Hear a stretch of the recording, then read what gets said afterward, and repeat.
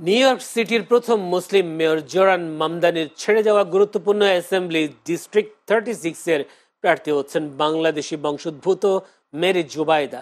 এই গুরুত্বপূর্ণ আসনে তার নির্বাচনী প্রচারকে শক্তিশালী করতে শুক্রবার সিটির এস্টোরিয়ায় আনুষ্ঠানিকভাবে তাকে সমর্থন জানিয়েছেন স্টেট সিনেটর জন লু। এই সমর্থন জুবাইদার বিজয়ী হওয়ার সম্ভাবনাকে আরও বাড়িয়ে তুলেছে।